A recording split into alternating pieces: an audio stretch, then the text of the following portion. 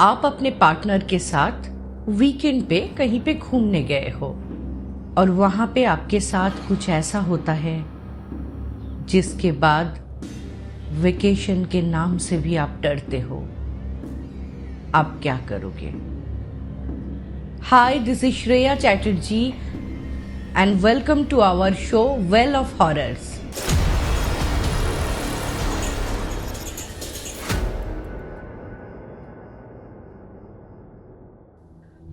Well of horrors में आज हम लोग एक बहुत ही इंटरेस्टिंग इंसिडेंट सुनने वाले हैं, लेकिन उससे पहले मुझे अपने सारे लिसनर्स को कुछ कहना है। मुझे पता है बहुत टाइम आप लोग वेट किए वेल ऑफ हॉरर्स के नए एपिसोड के लिए। कुछ वजह से नए एपिसोड नहीं आ पाया क्योंकि कुछ काम था, कुछ इम्पोर्टेंट चीज़ों पे हमारा पूरा टीम काम कर रहे थे हम लोग, जिस वजह से नया एपिसोड आ नहीं पाया। और मैं उन सभी को बहुत बहुत थैंक यू बोलना चाहती हूँ जिन लोगों ने मुझे इंसिडेंट लिख के भेजे हैं। हमारे पास सफिशिएंट इंसिडेंट आ गया है। और उन लोगों को भी जिन लोगों ने मुझे मेरे इंस्टाग्राम पे भी आके, मेरे फेसबुक पेज पे भी आके मुझे मैसेज किए, मेरे साथ कम्युनिकेट करने की कोशिश किए। उनमें से बहुत सारे लोगों को मैं रिप्लाई दे पाई, कुछ लोगों को नहीं दे पाई।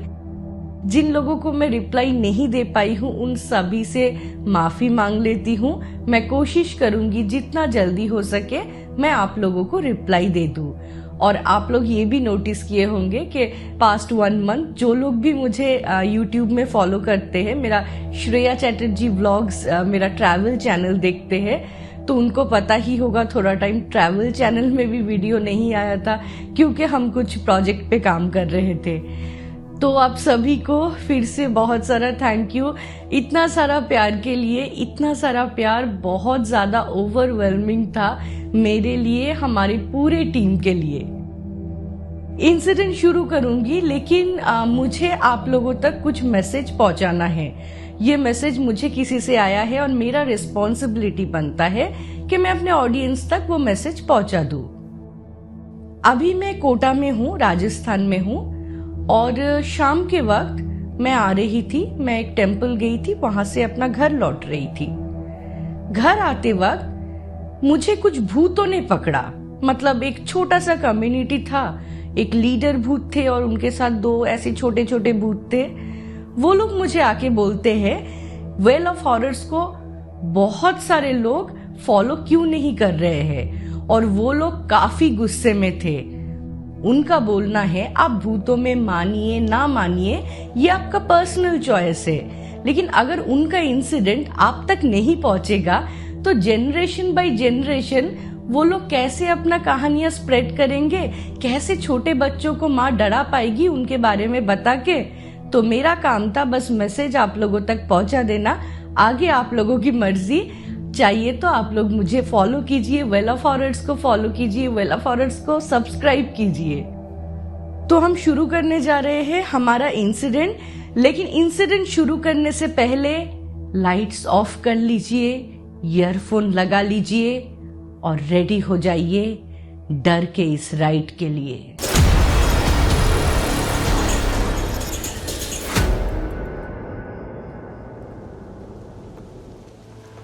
ये इंसिडेंट मेरे साथ शेयर किया है मुंबई में रहने वाले एक कपल ने।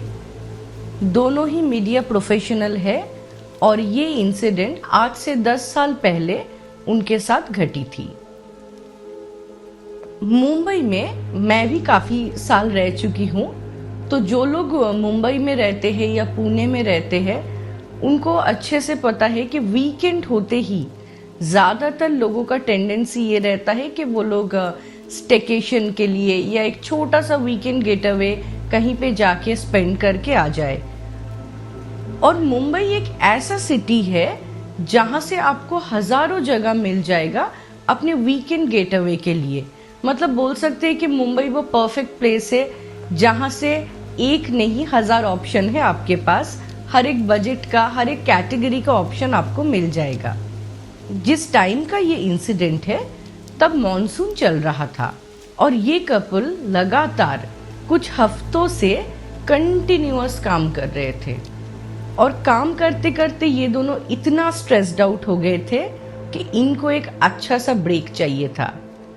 तो बहुत सारे कॉमन फ्रेंड्स के थ्रू इनको पता चलता है कि दिव्यागढ़ बोल के एक प्लेस है जो रायगढ़ डिस्ट्रिक्ट में है, और वहाँ पे बहुत ही खूबसूरत वर्जिन बीच है, फॉरेस्ट है, ब्यूटीफुल प्लेस है एक। उनका ट्रिप ऐसा प्लान था कि सैटरडे वो लोग दिव्यागढ़ पहुँचेंगे और संडे रिटर्न हो जाएंगे, बिकॉज मंडे से उनका काम फिर से शुरू होने वाला था। उनके पास खुद का गाड़ी था, तो मुंबई से दिव्यागढ़ का डिस्टेंस शायद 170-180 किलोमीटर है। तो वो लोग प्लान करके सुबह सुबह निकल जाते हैं। काफ़ी सारे ब्रेक लेने के वजह से वो लोग करीबन 12 या 1 बजे दिव्यागढ़ पहुंचे थे। एकदम बीच के पास ही उनका रिसोर्ट था, एक ब्यूटीफुल रिसोर्ट था जहाँ पे बहुत सारे कॉटेजेस थे, ब्यूटीफुल था, थोड़ा सा ग्रीनरी था, मतलब काफ़ी ब्यूटीफुल प्लेस था। और वो लोग शायद उससे कुछ 1-1.5 साल पहले ही शायद मुंबई शिफ्ट किए थे, जिस वजह से उनको वो प्लेस बहुत ज़्यादा पसंद आ जाता है। मतलब वो लोग नए नए महाराष्ट्र को एक्सप्लोर कर रहे थे। जाने के बाद उनको पता चलता है जिस रिसोर्ट में वो लोग रुके हुए हैं वहाँ पे गेस्ट ज़्यादा नहीं है। उनका फूड पैकेज भी इंक्लूड था, आला काटे ही रेस्टोरेंट प्रोवाइड कर रहा था, तो उनको कैसे भी रेस्टोरेंट जाके खाना था। मैं रिसोर्ट का थोड़ा सा डिस्क्रिप्शन आप लोगों को देती हूँ। अच्छा सा ग्रीनरी, एक छोटा मोटा मिनी फॉरेस्ट बोल सकते हैं, इतना ब्यूटीफुल था और बीच के बहुत करीब था, मतलब जस्ट वॉकेबल डिस्टेंस। और वहाँ पे अलग अलग कॉटेजेस बने हुए थे और हर एक कॉटेज बहुत ब्यूटीफुल था, मतलब सेम दिखने वाला ही कॉटेज है, लेकिन एक कॉटेज से दूसरा कॉटेज थोड़ा सा डिस्टेंस में था और प्राइवेसी भी था वहाँ पे। मॉनसून रहने के वजह से थोड़ा सा मतलब वेदर खराब था, पानी, ये सारे जो छोटे मोटे प्रॉब्लम हो सकते हैं वही सारे थे। उनका कॉटेज जहाँ पे था वहाँ से रेस्टोरेंट थोड़ा सा दूर था, मतलब उनको शायद एक 3-4 मिनट या 5 मिनट वॉक करके रेस्टोरेंट जाना था। जितने बड़े बड़े पेड़ थे उस रिसोर्ट में, वहाँ पे बीच में चलने के लिए एक छोटा सा सीमेंट का ट्रेल था, बाकी पूरा पेड़, पत्ते, मिट्टी, ये सब, बारिश, पानी, मतलब एकदम इधर उधर हालत हो गया था पूरा रिसोर्ट का।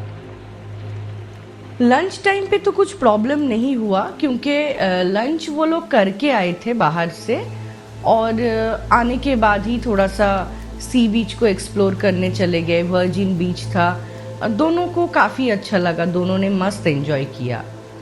और शाम के टाइम पे भी उनका कुछ इवनिंग स्नैक लेना था उन्हें, पकोड़ा, ये सब भी उनको रूम सर्विस हो गया था। लेकिन डिनर के लिए उनको रेस्टोरेंट जाना था, तो ऑलरेडी बारिश हो रहा था, तो उन्होंने रिक्वेस्ट किए थे कि रूम सर्विस देने के लिए। लेकिन रेस्टोरेंट वालों का बोलना था कि इतना बारिश में खाना लेके कॉटेज तक जाना पॉसिबल नहीं है, इसीलिए उनको रिक्वेस्ट किए थे ताकि वो आके डिनर करके चले जाए, और उसके लिए अम्ब्रेला भी प्रोवाइड किए थे। तो खाना बहुत बढ़िया था, मतलब उन्होंने हर तरीके से ना बहुत एंजॉय किए। पूरा डे उनका फ्रूटफुल था, अच्छे से एंजॉय किए, एक अच्छा वेकेशन मिला इतना ज़्यादा वर्क प्रेशर के बाद उनको, तो काफ़ी हैप्पी थे दोनों। डिनर करके करीबन 10 होगा जब तक वो लोग अपने कॉटेज में वापस आ गए, और उस वक्त बारिश भी रुक गया था, तो आराम से दोनों बैठ के बात कर रहे थे। और उन्होंने एक कॉफ़ी का रिक्वेस्ट किया था, तो कॉफ़ी आ जाता है उनके पास, कॉफ़ी पीते हुए दोनों बात कर रहे थे। थोड़ी देर बाद रिसोर्ट में आसपास जितने भी जगह पे लाइट थे, धीरे धीरे एक एक लाइट ऑफ हो जाता है। तब करीबन 12-10 हुआ होगा रात के, और बात करते करते सडनली उनको लगता है कि कोई उन्हें देख रहा है। एक्चुअली बहुत अनकंफर्टेबल फील करना शुरू करते हैं दोनों। आसपास पिच डार्क है, कोई नहीं दिख रहा है, फिर भी उन्हें लगता है कि उन्हें कोई देख रहा है। हम सबके साथ ये शायद हो चुका है। हमें अगर बहुत देर से कोई फॉलो करे या कोई हमें देखते रहे, हमारा जो सिक्स सेंस है हमें बार बार एक साइन दिखाता है कि कुछ तो अजीब है, और उनके साथ भी ऐसा ही हो रहा था। ऐसा करते हुए 1 बज गया, तब भी उनके अंदर सेम डिस्कम्फर्ट था। इनफैक्ट किसी एक पर्सन के अंदर नहीं, दोनों को लग रहा था कुछ अजीब है, लेकिन क्या अजीब है ये उनको समझ में नहीं आ रहा था।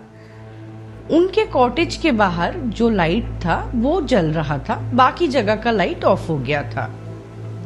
तो बात करते हुए उनको लगा कि अभी 1 बज गया है, उनको सो जाना चाहिए क्योंकि कल सुबह सुबह उन्हें निकलना था। तो वो लोग जाके सो जाते हैं। रात के करीबन 2 बजे उनका नींद खुलता है, और नींद खुलने का वजह ये था, उन दोनों को लगता है जोर से कुछ आके उनके कॉटेज के ऊपर गिरा, बहुत जोर से। आप पकड़ लो कोई एक बहुत बड़ा पत्थर फेंक के मारेगा तो कैसा है, वैसा था। और वो कॉटेज पूरा वुडन था। तो दोनों उठते हैं। उठने के बाद सडनली उनको समझ में नहीं आता है किस चीज़ का साउंड है। तो एक 5-7 मिनट बैठे रहते हैं। फिर से जैसे वो लोग सोने जाते हैं, फिर से एक साउंड आता है, और दोनों बहुत ज़्यादा चौंक जाते हैं। इस बार हिम्मत करके दोनों डोर खोलते हैं। उनको दिखता है 2 पत्थर पड़े हुए हैं उनके कॉटेज के बाहर। मतलब उनके कॉटेज के बाहर जो सीटिंग एरिया था, वो सीटिंग एरिया भी उठ का ही था, और उसी जगह पे 2 पत्थर पड़ा हुआ था। अभी उनको ये लगता है ये तो कुछ फ्रूट है नहीं जो पेड़ से आके गिरा, 2 बड़े पत्थर आके गिरा है, मतलब कोई फेंका है। और मज़े की बात ये था, उस दिन रिसोर्ट में वो लोग एक लौते गेस्ट थे, इसी वजह से उनको डिनर करने जाना पड़ा था रेस्टोरेंट में। तो जब रिसोर्ट में कोई गेस्ट ही नहीं है, तब ये काम कौन करेगा? फिर उनको लगता है कि कोई स्टाफ तो परेशान नहीं कर रहा है, मतलब यंग कपल है, ऐसा देख के कोई परेशान तो नहीं कर रहा है। तो उनको उतना सेफ नहीं लगता है। वो लोग डोर बंद कर देते हैं, आके अंदर सो जाते हैं। वो लोग सो के एक 15 मिनट हुआ है कि वो लोग फिर से उठ जाते हैं। इस बार पत्थर नहीं, डोर पे कोई जोर जोर से नॉक कर रहा था।